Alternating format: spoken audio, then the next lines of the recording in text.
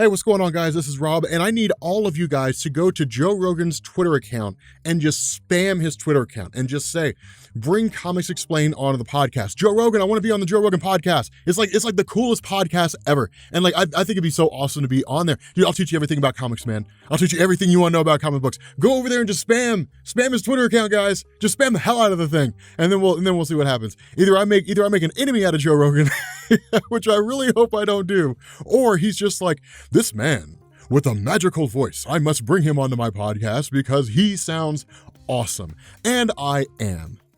Okay, so picking up with another episode of Too Powerful for Marvel movies, and this one, I want to talk about Sabretooth. And I know this goes against the conventional wisdom of the series, like the basis idea of the series, that there are beings who are just too powerful for Marvel movies. Like their power is just on too grand of a scale to throw into Marvel movies. But Sabretooth, I feel like is a character they couldn't do in Marvel movies. And here's the reason why. Sabretooth, well, there's two kinds of Sabretooth, right? Like you have classic Sabretooth and you have new Sabretooth. New Sabretooth, as he exists now in Marvel Comics, he's a lot more toned down. I mean, there's been a lot of character development, like focusing on Sabretooth as a person, like he became a good guy for a little while, things like that.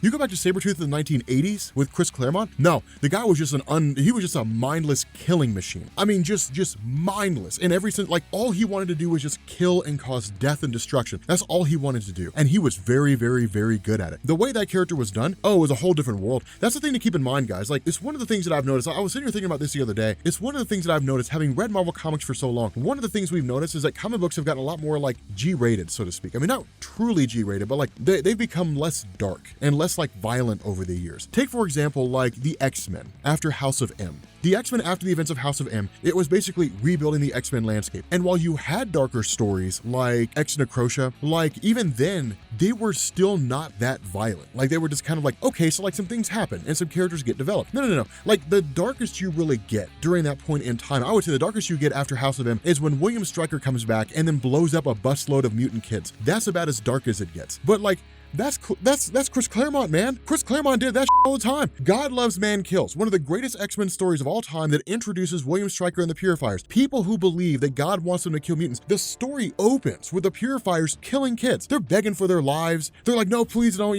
like we don't know what we did wrong. And they were like you were born. That's what you did wrong. And then they just like kill him. And then Magneto shows up and he's like, I'm so tired of this. Dude, man, we really need to cover God Loves, Man Kills. But like you saw that stuff all the time. Now here's the thing. Here's why this worked. So you look at Sabretooth back during the 1980s. Really, 1980s is like the most violent era of his character. So you look back at Sabretooth during the 1980s and you say, okay, here's a guy they were trying to flesh out. Like they were trying to like figure out how dark they could get away with him being. You look at some of like the classic fights between Sabretooth and Wolverine, they were the stuff of legend. Dude, those are some of the greatest fights ever in the history of comic books. They were just ferocious. I mean, they were just cleaving flesh off of each other. I mean, it was just hardcore. And it was something you were always excited to see, right? Like Wolverine's like, I need to take a break from being on the X-Men because, whatever. And like, I'm gonna go explore some stuff or go travel around the world or whatever. And then he's just kind of sniffing around and he's like, Sabretooth is here. And it's like, yep. And you guys are fighting out in the middle of nowhere, which means you guys can just have a knockdown, drag out fight. I mean, it was things like that. Like take, for example, the Mutant Massacre. All right. So Marvel had a story called Mutant Massacre, and it was the first big crossover event among all the X-Men titles. And then Thor was thrown in there for good measure. And the idea was that you had a villain named Mr. Sinister who had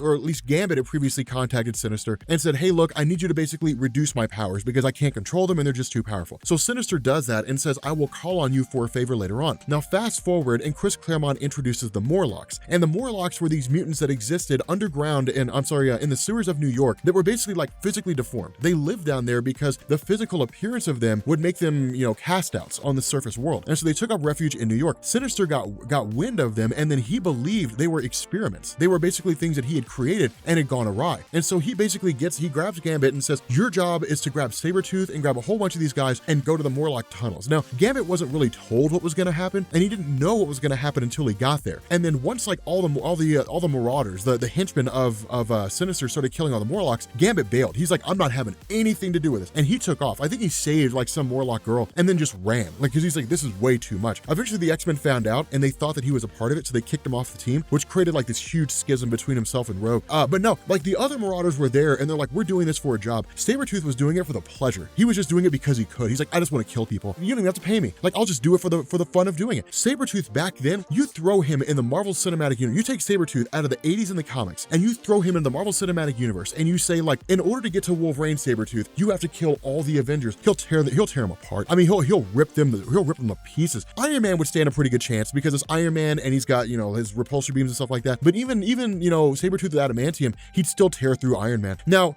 how long it would take him to get to Iron Man would be kind of a tough thing, because Iron Man can fly around, he can dodge, he can bob and weave, and so on and so forth. But Spider-Man, he would fall. Captain America, like, he'd be handled with the greatest of ease. It would be an absolute bloodbath. I mean, he would just tear through them all because he would just like go into this animalistic state. It'd be one of those things where it's like, why are they even fighting him? Because they don't stand a chance. And that's kind of the funny thing, is because Sabretooth was also a part of Team X, I'm pretty sure. So he was part of that Black Ops wet work team with Wolverine or with Logan before they were taken by Weapons Plus and thrown into the Weapon X program. So he does know how to operate with like stealth and guile and stuff like that. In the old 80s comics, he usually wouldn't. He would just go in, like, I mean, he would just go in, guns blazing, rip everything apart, and and they would be like, yep, it's Sabretooth, man, killing everything he finds. It creates a crazy situation, because when you look at the Marvel Cinematic Universe, the characters as a whole are a lot more toned down, a lot more ordered, structured, and regimented, and grounded in the real world. Doctor Strange uses magic. I mean, Doctor Strange would do fine because he uses magic, but like, Doctor Strange uses magic. You know, Tony Stark has his, you know, repulsors, and he's got his Iron Man suit and so on. You know, Black Panther has technology and vibranium. Spider-Man, of course, is Spider-Man. Captain America can run really fast and punch hard and throw a shield. You know, and then you got like Black Widow, and you've got Hawkeye, and so on and so forth. But again, like, they're basically kind of the answer to the question, what if somebody was just like a little more exceptional than the average person,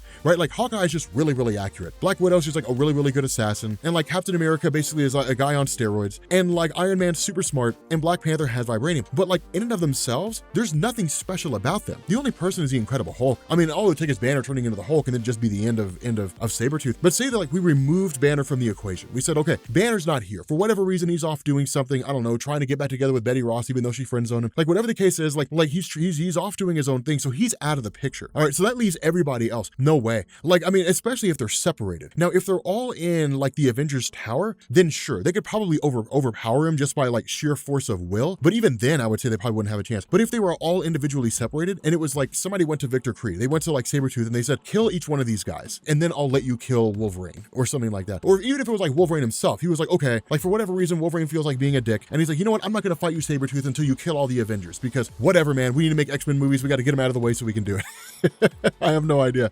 But whatever the line of logic is, Sabretooth goes on a warpath and kills them all. Yeah, I mean, he would invade Stark Tower, he would kill everyone in the building just to get to Tony Stark. And before Tony Stark even knew what was going on, he'd be torn to pieces. Like, even with the Iron Man suit, because you gotta remember, like Sabretooth has a healing factor, plus adamantium. So like, you're talking about him like popping onto the scene. So one, he could heal from any amount of damage that's dealt by Iron Man. And then two, like, he can just tear through the Iron Man suit like it was butter. I mean, he would rip through it all. So like, Iron Man would fall like that in the blink of an eye. Now, Captain America would be the next to fall. Like, he'd be the easiest person to take out, really. But the only difference here is Captain America has a vibranium shield. Now, adamantium is stronger than vibranium. If it was Captain America's shield from the comics, then he would stand a much better chance, because he has proto-adamantium. It's basically iron, adamantium, and vibranium kind of mixed together, kind of, but not really. But it's like all those things kind of brought together, which create like this super durable material, which is technically, I guess, the hardest material in the Marvel universe. But I digress. The fact remains, Captain America wouldn't stand much of a chance. It's like he'd get torn apart, especially because he can run really fast, but he can't run faster than Sabretooth. Not a chance. Sabretooth would chase him down. Like, he would run through him. That's why I say everybody in Stark Tower would die so fast, because Sabretooth would move so quickly, and he would